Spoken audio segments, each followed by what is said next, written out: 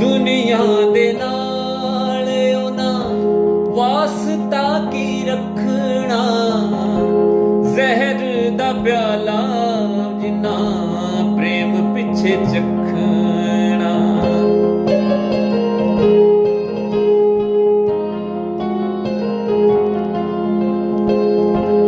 ओना झूठी दुनिया च मन नू फसाउणा की, अगे नू वधा के पैर पिछे नू हटाउणा की, बन के सतगुरु देवीलाल जी आज सुबह सुबह कैसे? आइए आइए आइए बैठिए।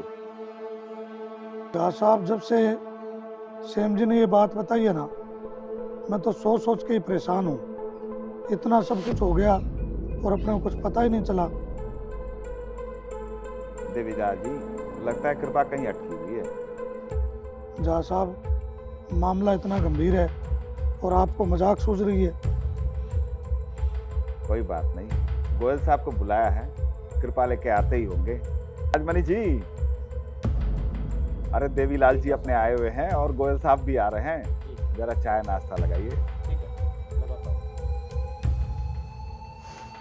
आइए आइए गोयल साहब। धन धन सदगुरु तेरा ही आसरा। धन सदगुरु तेरा ही आसरा, धन सदगुरु तेरा ही आसरा।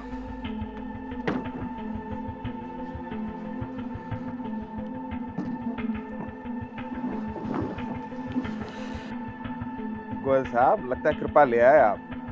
ये धर्मेंद्र सिंह जी हैं, अलीगढ़ से, पुराने मित्र हैं हमारे, और अपने वाले विषय पे ये काफ़ी उन्होंने सर्च किया तो आपको ये कुछ बताना चाहते हैं। हाँ धर्मेंद्र जी, बताइए क्या कह रहे थे आप? झा साहब, इसमें हमलावरों की गिरफ्तारी संदिग्ध है, जैसी दिखाई गई है वैसी है नहीं।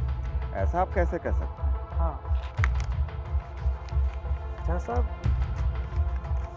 ये अखबार में ये देखिए, ये पत्रकार वाली जो खबर है आप इसे पढ़ें, ये वाली दैनिक ट्रिब्यून की खबर है ना? जी। पत्रकार को गोली मारकर घायल किया। सिरसा। स्थानीय दैनिक पूरा सच के संस्थापक तथा दैनिक हिंदुस्तान के संवाददाता रामचंद्र छत्रपति को कुछ लोग आज रात यहां उनके घर पर गोलियां मारकर घायल कर गए। उन्हें गंभीर हालत में रोहतक मेडिकल कॉलेज भेज दिया गया। 2 हमलावरों को पुलिस ने लोगों की मदद से पकड़ लिया। इसमें क्या खास बात है धर्मेंद्र जी? खास बात है इसमें झा साहब तारीख। इसमें तारीख तो 25 अक्टूबर 2002 है। हाँ जी, जैसा कि अभी आपने खबर पढ़ी, इसमें 2 हमलावरों को गिरफ्तार कर लिया गया। तो ये अखबार 24 तारीख की रात को लगभग 10 बजे के आसपास छपा है। तो 10 बजे से पहले दोनों जो आरोपी हैं वो गिरफ्तार हो चुके हैं, और जो पत्रकार हैं छत्रपति, उनको पीजीआई रेफर भी कर दिया गया है। और पुलिस दिखा रही है कि एक हमलावर को 26 तारीख को गिरफ्तार किया है। गोयल साहब, ये तो सचमुच आप कृपा ले आए। देवीलाल जी, ये पढ़िए इस खबर को। धर्मेंद्र जी, ये काफी तो नहीं होगा ये साबित करने के लिए? ये देखिए, आप इसे पढ़ें, यहाँ से शुरू कीजिए। ये पूरा सच का अखबार है, ये 25 अक्टूबर का। दूसरी ओर छत्रपति पर हुए हमले के बाद सक्रिय हुई पुलिस ने डबल रेलवे फाटक के पास से हमले में शामिल एक और युवक को पकड़ लिया। दोनों युवकों को नगर थाना ले जाया गया, जहां उनकी पहचान पंजाब के फरीदकोट निवासी कुलदीप सिंह पुत्र दर्शन सिंह व निर्मल सिंह पुत्र बिशन सिंह के रूप में हुई। पुलिस ने उसके पास से एक रिवॉल्वर, मोबाइल फोन व 3 कापे बरामद किए हैं। नगर पुलिस ने रामचंद्र छत्रपति के पुत्र आरिदमन के बयान पर भादक की धारा 307/34 व शस्त्र अधिनियम की धारा, कुछ कटा हुआ है इसमें, 21, 27, 54, 59 के तहत कुलदीप और निर्मल के विरुद्ध मामला दर्ज किया है। अभियुक्त कुलदीप सिंह को आज अतिरिक्त मुख्य न्यायालय न्यायिक दंड अधिकारी एस नारंग की अदालत में पेश किया गया।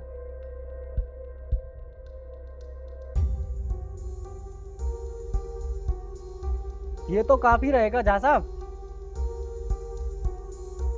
गोयल साहब, कृपा तो मूसलाधार बरस रही है।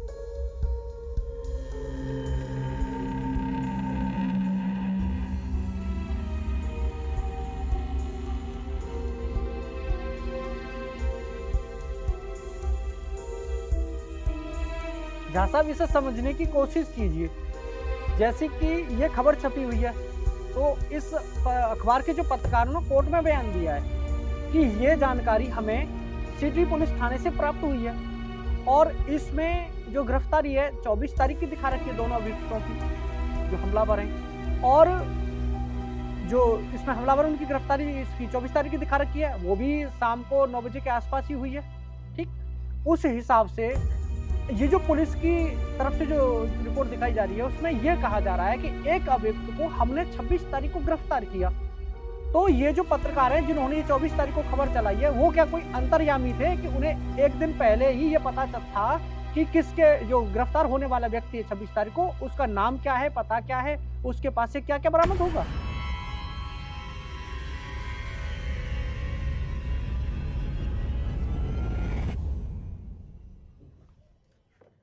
लीजिए चाय लीजिए।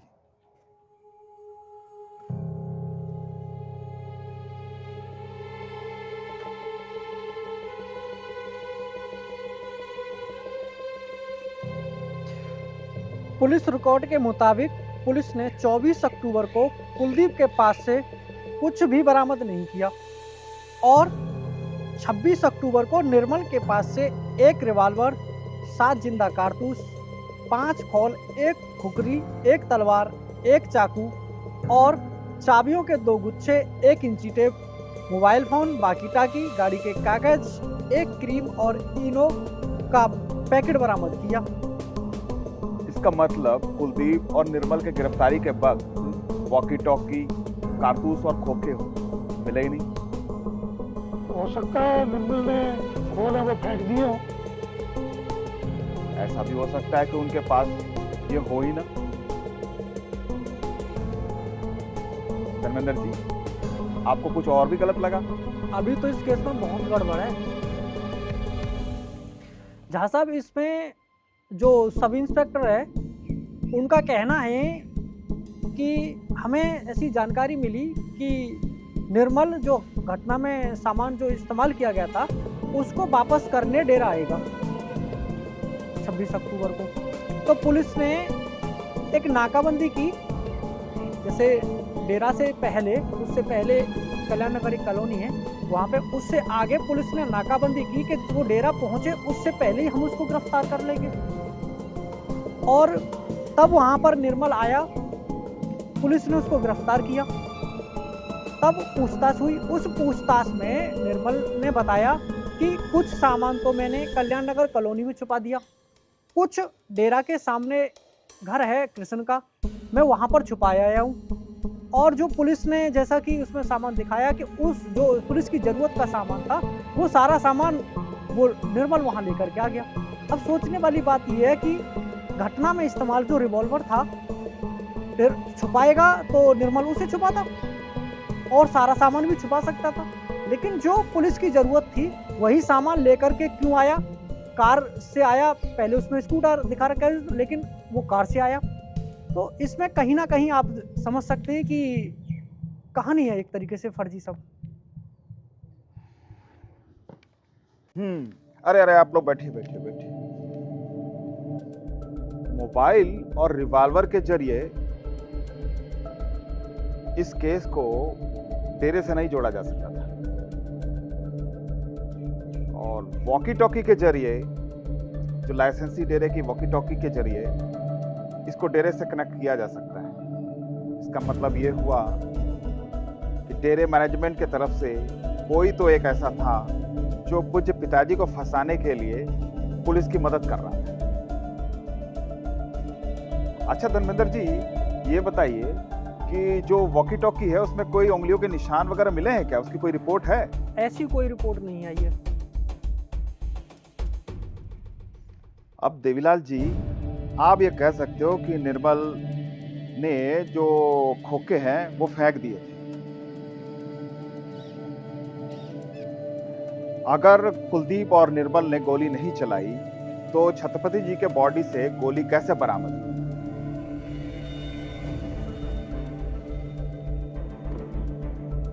अगर पुलिस गिरफ्तारी और वारदात का ब्यौरा फर्जी रिपोर्ट बना के दे सकती है तो फॉरेंसिक रिपोर्ट वाले भी तो फर्जी सामान उपलब्ध तो नहीं करा सकते। मैं गोयल जी के जवाब से सहमत हूं, क्योंकि झा साहब कोर्ट में एक बात बार बार आई है कि जो घटना में जो सामान की बरामद किया गया है जगह जगह से, उसकी जो सील है वो बार बार बदली हुई पाई गई।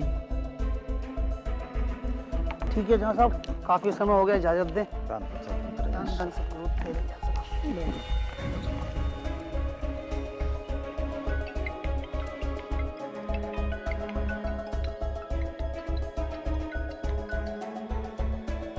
हेलो डॉक्टर साहब, धन धन सद्गुरु तेरा ही आसरा।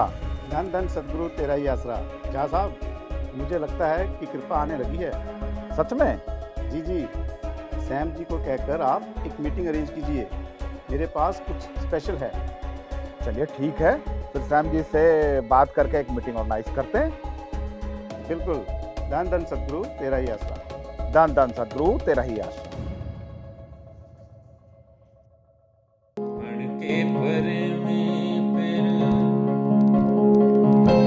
बन के पर में फिर दिल नू डुलाउणा की, अगे नू वधा के पैर पिछे नू हटाउणा की, बन के पर में।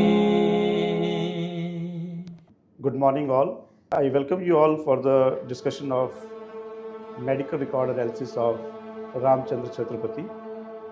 जैसे कि सैम जी ने एक इनिशिएटिव लिया था रामचंद्र छत्रपति मर्डर केस, उनके असल पहलू क्या हैं, उनके असल कारण क्या हैं, तो उसके बारे में आज हम यहाँ पे एकत्रित हुए हैं।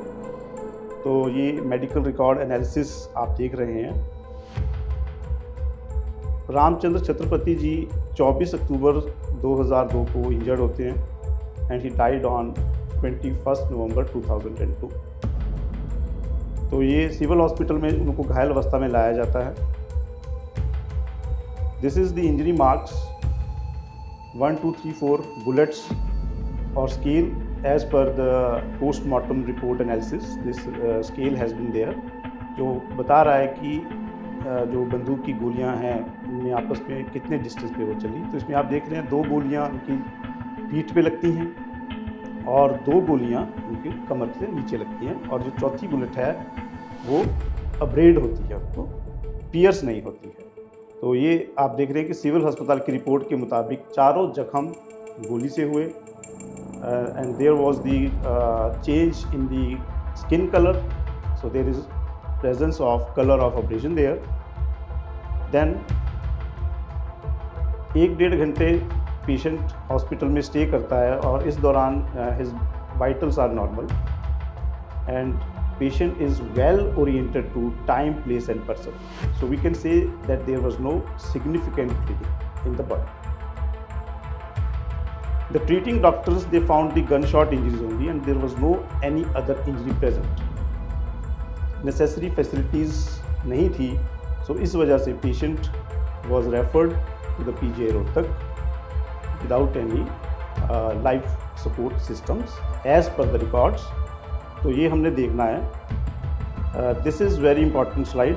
यहाँ पे हम देख रहे हैं डॉक्टर वीरेश भूषण कि मरीज जो मरीज है वो होश में है, उसके वाइटल्स नॉर्मल हैं, तो उनको अस्पताल से भेजा जाता है पीजीआई रोहतक एम्बुलेंस में। और पेशेंट जब सब कुछ ठीक है तो डॉक्टर वीरेश भूषण को साथ में क्यों भेजा गया, तो ये एक सस्पिशन जनरेट करता है हमारे माइंड में कि क्या ये कोई वीआईपी ट्रीटमेंट है या ये सिविल हॉस्पिटल की ट्रीटमेंट का कंटिन्यूएशन चल रहा था एम्बुलेंस में, जो कि रिकॉर्ड्स पे नहीं है। तो अगर वो कंटिन्यूएशन ट्रीटमेंट का चल रहा है तो वो क्या है। 8:15 बजे MLR बनाई जाती है पेशेंट की और पेशेंट रोहतक में हम आ जाते हैं, पीजीआई रोहतक पेशेंट आ जाता है। तो here you can see the 3 slips जो वहाँ पे डॉक्टर्स ने बनाई OPD slip, investigation slip, IPD slip. इसमें जो खास बात देखनी है वो ये है कि इन तीनों स्लिप्स पे एक चीज़ मेंशन है कि MLR not receive. This is very astonishing.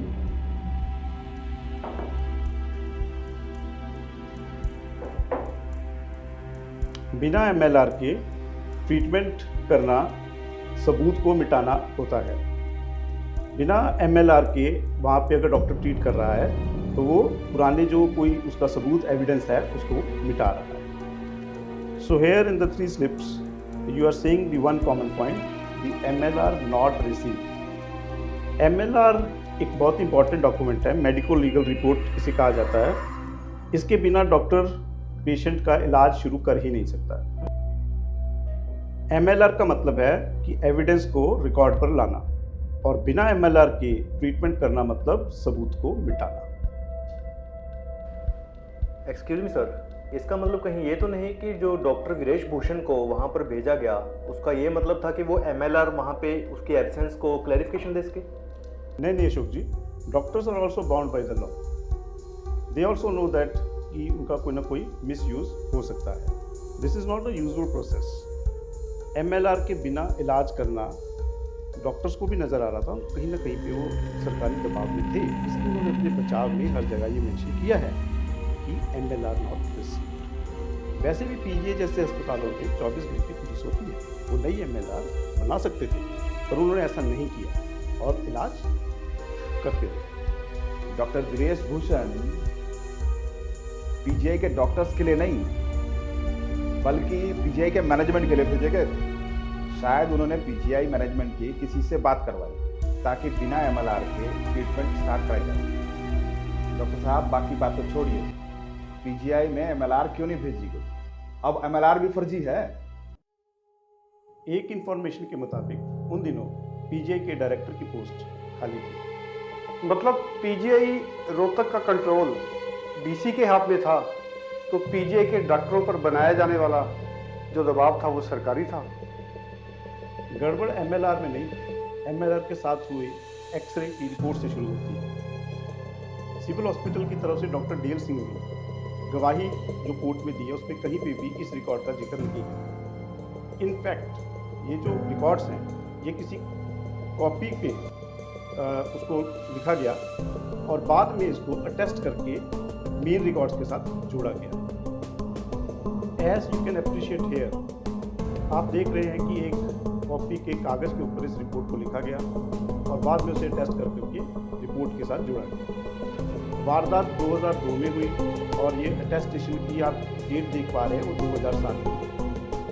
इस रिपोर्ट में जो डॉक्टर साहब ने बताया कि 2 बुलेट्स लगी हैं और एक बुलेट जो है उसने लंग को पंक्चर किया है, और जो दूसरी बुलेट है वो 11 और 12 रीढ़ की हड्डी के 11 और 12वां मणके के पास में है।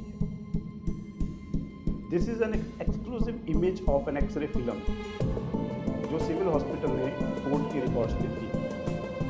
This x-ray is so poor in its details, जो आप अप्रिशिएट कर पा रहे हैं, स्क्रीन पे आप देख पा रहे हैं। इसमें एक ही एक्सरे को आगे और पीछे से तस्वीर दी गई है। एक्सरे में कहीं पर भी पेशेंट का कोई डिटेल मेंशन नहीं है। बुलेट्स जो हैं उसकी भी डिटेल्स बहुत ज़्यादा धुंधली नज़र आ रही है। सो इस रिकॉर्ड से हमको ये भी नहीं पता लग रहा है कि where is the apex of heart and forget about the details of the ribs और vertebra. Coming to the next slide, जो हम देख पा रहे हैं 2 बुलेट्स नज़र आ रही हैं, जिसमें आप 2 गोलियाँ सेम लेवल पर देख रहे हैं। MLR के मुताबिक इनमें 18 सेंटीमीटर का डिस्टेंस है। 1 नंबर गोली और 2 नंबर गोली और 3 नंबर गोली जो आप देख रहे हैं, इसमें कौन सी गोली जो है वो एपेक्स ऑफ द हार्ट पर पहुंची। सो कहने का मतलब, जैसे कि आप देख पा रहे हैं स्लाइड पे, कलर पिक्चर में आप देखें कि the final position of the bullet is somewhere here. So हमने ये समझना है कि पहली बुलेट पहुंचती है इस फाइनल पोजीशन पर कि तीसरी नंबर बुलेट जो है वो अपनी फाइनल पोजीशन पे पहुंचती है। क्योंकि सारी की सारी बुलेट्स जो हैं वो राइट साइड पे लगी हैं, तो इस जगह पर अगर बुलेट पहुंच रही है वो कैसे पहुंची और वो किन किन अंगों को नुकसान पहुंचाकर यहाँ तक पहुंचे, तो ये जानना बहुत ज़रूरी है। जैसे कि आप ये देख पा रहे हैं, इसमें आप ये समझने की कोशिश करें कि वो कौन से अंग हैं जिनको नुकसान पहुंचाकर जो बुलेट है वो एपेक्स ऑफ द हार्ट पर पहुंची। तो आप पहला डायग्राम देख रहे हैं जिसमें एक छतरी नुमा आप एक अंग देख रहे हैं, इसको डायफ्राम कहा जाता है। ये थोरैक्स को, छाती को और पेट के अंगों को अलग रखता है। अगर इसके आसपास हड्डियां चढ़ा दी जाएं तो ये कुछ ऐसे नज़र आएगा और बुलेट की पोजीशन कुछ इस तरह से हम मान सकते हैं। और इसी पे अगर चमड़ी चढ़ा दी जाए तो ये पोजीशन कुछ इस तरह से बन जाती है। अब डायफ्राम जो है इसका इतना इम्पॉर्टेंट रोल है कि अगर इसमें हल्का सा भी छेद हो जाए तो एक बहुत बड़ी इमरजेंसी के रूप में साबित होता है। सो ये एक फ्रंट व्यू है और क्लोजअप व्यू है जिसमें आप पोजीशन ऑफ बुलेट को देख पा रहे हैं। तो जैसे कि इसमें डायग्राम में आप देख रहे हैं, इफ़ यू एज्यूम, अगर आप ये सोचें कि पहली बुलेट यहाँ पहुँचती है या तीसरी बुलेट यहाँ पहुँचती है, तो वो कौन कौन से अंग हैं जिनको वो छेद करके यहाँ पे पहुँचती है। अगर तो वो पहली बुलेट है तो वो अपने रास्ते में राइट लंग को, लेफ्ट लंग को और इनफैक्ट हार्ट को भी पियर्स करके यहाँ पे पहुँचेगी। और अगर तीसरी बुलेट यहाँ पे पहुँचती है तो वो पेट में जो हमारे अंग हैं उसको, डायफ्राम को पंक्चर करती हुई फिर वो यहाँ पे पहुँचती है। दोनों ही सिचुएशंस में patient will collapse with in minutes, जबकि रिकॉर्ड्स में उसके सारे वाइटल्स नॉर्मल हैं। पेशेंट एम्बुलेंस से पीजे रोहतक के 4 घंटे के सफ़र को बिना किसी लाइफ सेविंग इक्विपमेंट के वो सर्वाइव कर रहा है, बात कर रहा है और वहाँ पे वो पहुँच रहा है। एक और इंटरेस्टिंग फैक्ट समझिए, एक्सरे 2 डायमेंशनल होता है। इसमें एक्सरे का जो आप देख रहे हैं प्लेन जो है वो आगे है, पीछे है। इसमें 2 डायमेंशनल एक्सरे में हमें फाइनल पोजीशन ऑफ बुलेट नहीं पता चल सकता। इसे इस तरह से समझें कि आप एक सैजाइटल प्लेन एज्यूम कर लें। इस सैजाइटल प्लेन में बुलेट यहाँ है, यहाँ है, यहाँ है। 2 डायमेंशनल एक्सरे फ्रंटल व्यू में वो गोली एपेक्स ऑफ हार्ट पर ही नजर आएगी। मतलब 2 डायमेंशनल एक्सरे में हम फाइनल पोजीशन ऑफ बुलेट नहीं बता सकते। अब इस एक्सरे को देखिए, इसमें 2 व्यूज़ हैं एक्सरे के, एक लेटरल व्यू है और एक फ्रंटल व्यू है। लेटरल व्यू में आपको एक गोली सुपरफिशियल नज़र आ रही है और दूसरी गोली 1 इंच अंदर नज़र आ रही है। फ्रंटल व्यू में वही गोली एपेक्स ऑफ दी हार्ट पे नज़र आ रही है, जबकि ये दोनों एक्सरे पीजे रोहतक के हैं। Coming back to previous slide, जो लेटरल व्यू में बुलेट कमर के पास 1 इंच दिखाई गई, वो यहाँ पे आपको 5-6 inch apex of the heart पे नज़र आ रही है। जो एक्सरे में दिखाई गई जो बुलेट है वो एक्चुअली में बाहर है, जिसे एपेक्स ऑफ दी हार्ट पे शो किया गया। चूँकि सीबीआई ये बात अच्छी तरह जानती है कि अदालत में एमएलआर के साथ हुए एक्सरे रिपोर्ट की क्या इंपॉर्टेंस है, तो उन्होंने सिरसा सिविल हॉस्पिटल सिरसा की रिपोर्ट को पोस्टमार्टम रिपोर्ट के साथ मैच तो कर दिया, लेकिन वो ये एनालिसिस करना भूल गए कि बुलेट के रास्ते में आने वाले अंगों को नुकसान पहुंचाए बिना वो बुलेट एपेक्स ऑफ हार्ट पर कैसे पहुंची। And I am very much sure about one thing कि जो लेफ्ट लंग से गोली मिली है वो कुलदीप और निर्मल ने नहीं चलाई थी। अर्थात रामचंद्र छत्रपति जी की हत्या का रहस्य इस बात पे छिपा है कि उनके फेफड़े में गोली पहुंची, तो पहुंची कैसे। इसका मतलब रामचंद्र छत्रपति का कातिल कोई और है और वो आजाद घूम रहा है। Undoubtedly. Let's have a break, बाकी की डिस्कशन कुछ देर बाद शुरू करते हैं। मुझे तो एक बात समझ में आई है कि गोली बहुत दूर से चली है। एक गोली कमर की स्किन में फंस के रह जाती है और दूसरी गोली अंडरवेयर में फंस के रह जाती है। इसका मतलब तो साफ है कि अंशुल छत्रपति और उसके भाई ने अदालत में झूठा बयान दिया। निर्मल की गिरफ्तारी की कहानी भी फर्जी है।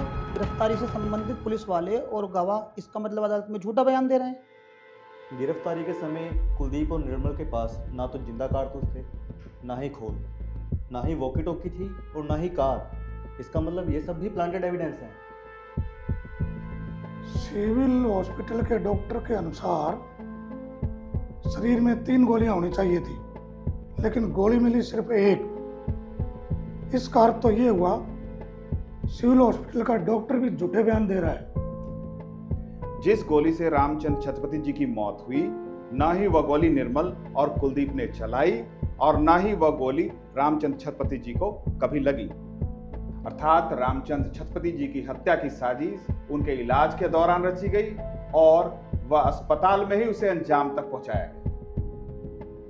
डॉक्टर वीरेश भूषण का सिरसा से एम्बुलेंस में रोहतक तक जाना संभवतः इस साजिश का हिस्सा है। इसमें कोई शक नहीं कि सारे सबूत और गवाह झूठे हैं, लेकिन पूज्य पिताजी को पूर्णतः निर्दोष साबित करने के लिए हमें असली कातिल के खिलाफ सबूत तो चाहिए होंगे ना। वो कहाँ से आएंगे? अरे डॉक्टर साहब, आपकी मुस्कान बता रही है कि आप कुछ जानते हैं। प्लीज़ बताइए ना। एक बार में ही बता देंगे तो आपका बेसब्री वाला चेहरा कैसे देखेंगे? एनीवेज, जोक्स अपार्ट, अब हमें ये समझना है कि आखिर ये गड़बड़ अस्पताल में कब और कैसे हुई।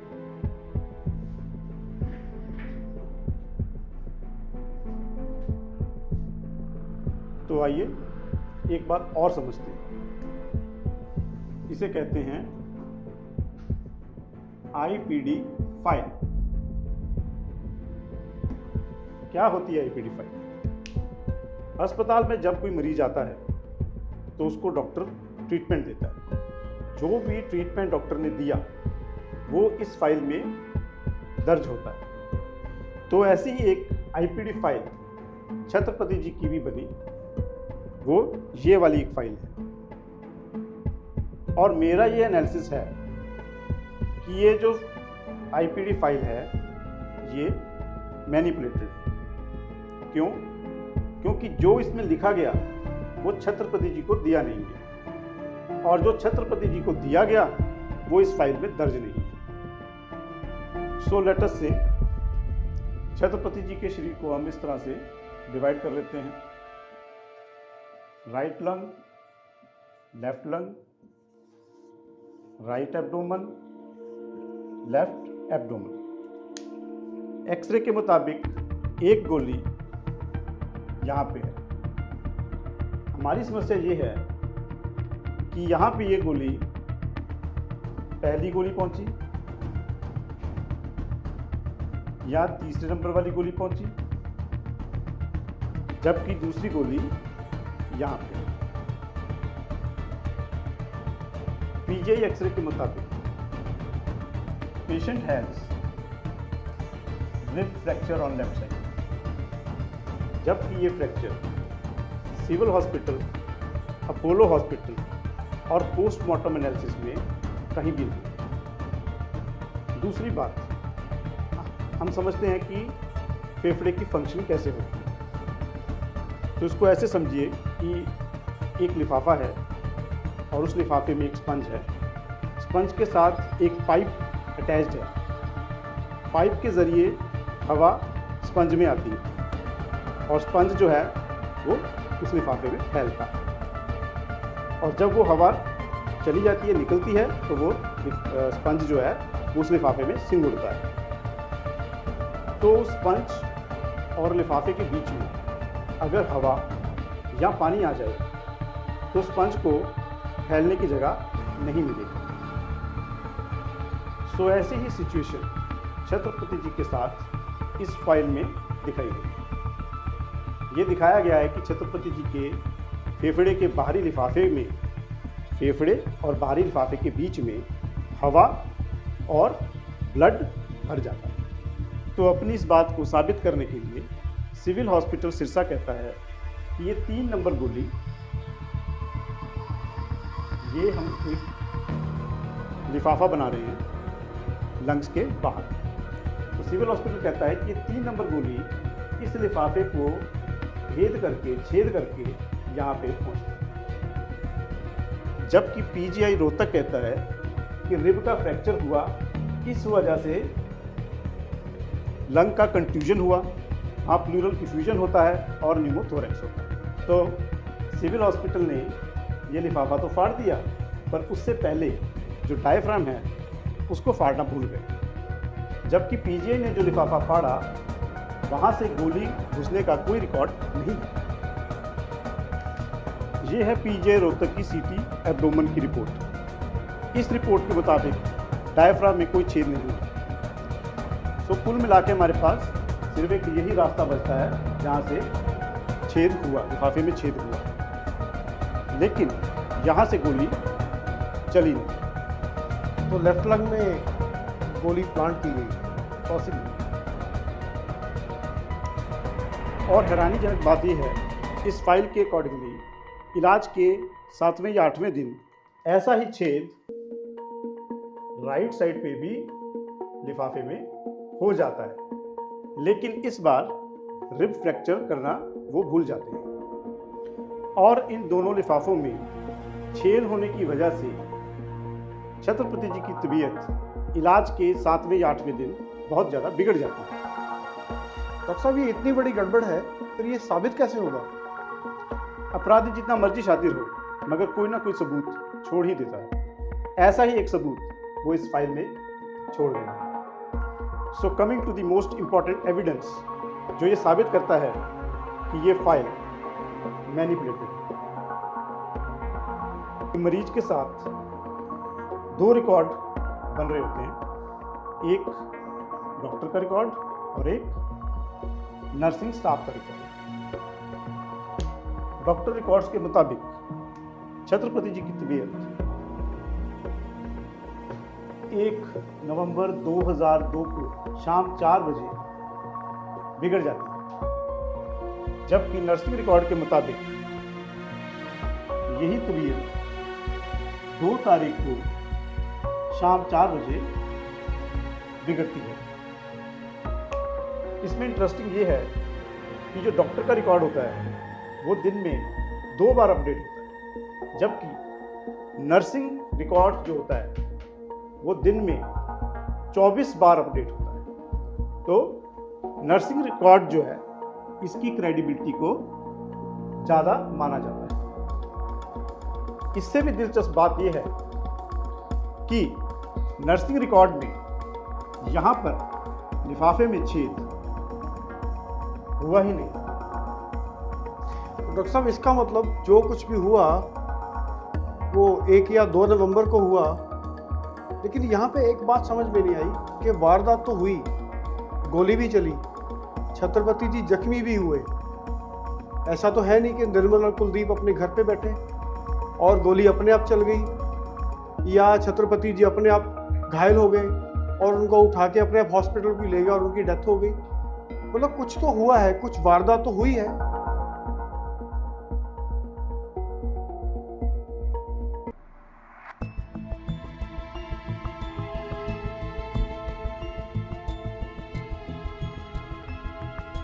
आप तो कह रहे थे कि कमलावर के पास नकली पिस्तौल थी, तो इसका मतलब वो मारने थोड़ी गए थे।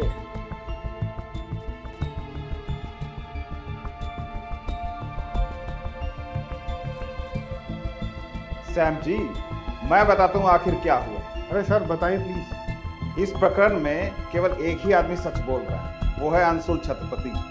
अरे झा साहब क्या बात कर रहे हो? अरे रुकिए तो सही सैम जी। 24 अक्टूबर को रामचंद्र छत्रपति को गोली भी लगी। 5 फुट की दूरी से निर्मल और कुलदीप ने गोली चलाई भी। छत्रपति जी घायल भी हुए, उनको हॉस्पिटल भी ले जाया गया, उनका इलाज भी हुआ। बस एक ही चीज गड़बड़ है, गोली असली रिवॉल्वर के बजाय नकली रिवॉल्वर से चली। इस सारी नौटंकी नकली गोली को असली बनाने की है। धन धन सतगुरु तेरा ही आसरा।